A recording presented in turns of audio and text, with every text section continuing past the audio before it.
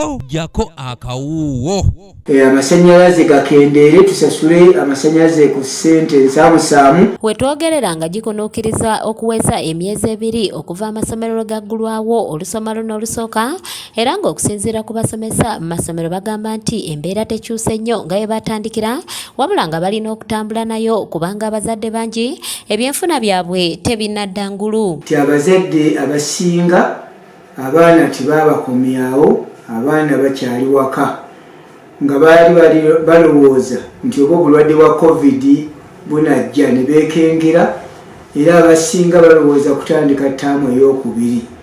Ate n'abaliwo okusasula bakyalina obuzibu bunene mu kusasula, basasula nabo era beekengera. Omuntu ayalireese emitwalo 10 ayagala kuleetayo emitwalo 5. Kimuli Paulo ngono director w'essomero lya Rise and Shine Primary School Kinaawa agamba nti kati ekisinze okubakalubiriza y'ebbeeyi y'ebintu eyeekanamye omuli sukaali, obuwunga, sabbuuni ko n'ebirala ebikozesebwa mu masomero nga n'ensimbi ezibigula tebaziraba kubanga abamu ku bayizi n'ebisale by'essomero tebannaba kubimalayo. Ebintu bye tukozesa ng'emmere eri waggulu, enku ziri waggulu, ebintu byonna biri waggulu. So tusanga obuzibu okuddukanya amasomero. Ate n'ekirala n'abazadde bennyini kwegamba emirimu gyabwe gyakosebwa ne baba nga tubagumiikiriza mu nkola ey'ekibanja-mpola.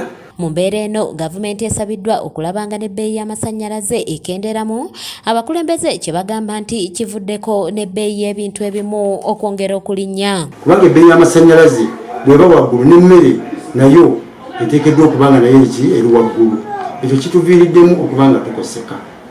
N'ekirala abantu baavu tebalina ssente. Tetufunye kuyambibwa kunene, ate bongedde kutikka butisi misolo ne kibanga ddala mu butuufu ebadde enkovu, ate kati gye baliko gye batakula, kati neetera ate okuddamu okusajjuka okufuuka ebbwa.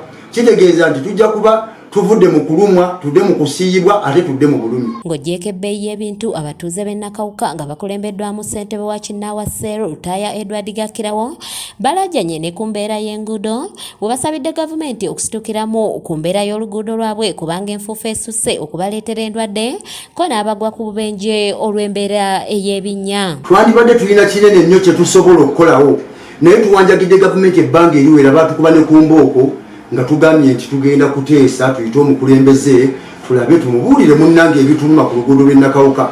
Naye olwakola olukuŋŋaana olugenda okuyita omukulembeze tubeeko kye twogera, ate baatukuba bukubi miggo, otegedde, ate nga ffe twali tugenda okukola ki, ate be twayita tuteeketeeke, ate bo bennyini nga bonnoga tuyisa ab'eggombolola, tuyite abapoliisi, tuyite abakulu abavunaanyizibwa ku security, naye twali tumanyi nti abasecurity bagenda kutwaniriza, naye twagenda okutuuka wali nga tumanyi nti batuwadde ne security, ate baatukuba bukubi ate ffe abagenda okuteesa. Ate olwannamutikwa w'enkuba eyatandise okutonnya, abatuuze b'e Nabweru North bavuddeyo ne balaajanya abakulembeze ku mbeera y'omwala gwa Lubigi gye gulimu, nga gye buvuddeko waliwo n'omwana eyafiiridde mu mazzi gano. Abaana baffe abato bagenda ne batambula mu mbeera ne batolokako bazadde ne bagwa myala, era twakafuna omwana omu eyakafiira ku luuyo luno olulala.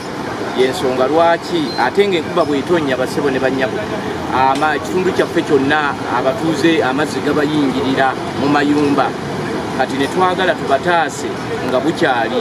Yensonga lwaki nayogeraganyiza n'omutuuze wange omu nampa tulakita naŋŋamba noonya amafuta tubayambeko awateekeddwa okuyambibwa. Tusaba abatuuze bwe tubanga tuzzemu okubayitamu mutuyambe okuwa kasente tusobole okubataasa ku mazzi gano agayanjaalira mu mayumba gano. Ekyamazima go gajja nga mangi nnyo. Embeera eneewaliriza kansala w'ekitundu kino Sendagire Ashrafu okukulemberamu omulimu gw'okugogola omwala guno, amazzi gasobola okutambula ng'era nnyonnyodde bw'ati ku mbeera eno.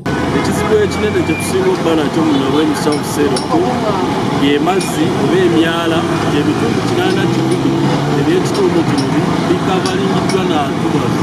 Okubaga bitubaliddwa n'ankubazi bijjudde amazzi mayitirivu, so twesanga nti enkuba buli lw'etonnya ekitundu kyaffe kijjula amazzi, amazzi ne gayingira mu nnyumba z'abantu, amazzi ne gatwala obulamu oba oliawo temwawulidde egganda omwana eyafudde omwala gwe guguguno gwe twakeereddeko.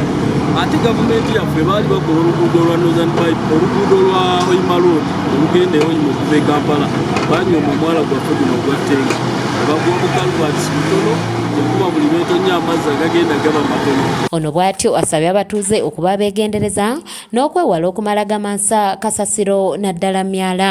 Tubasaba ekintu kimu, kitulumirirwa nnyo naffe nga muli mu mbeera ey'okudaagana, naye ate nammwe mukola kinene nnyo ekireeta ozirukira emyala gino nga muyiwamu ebisaaniiko.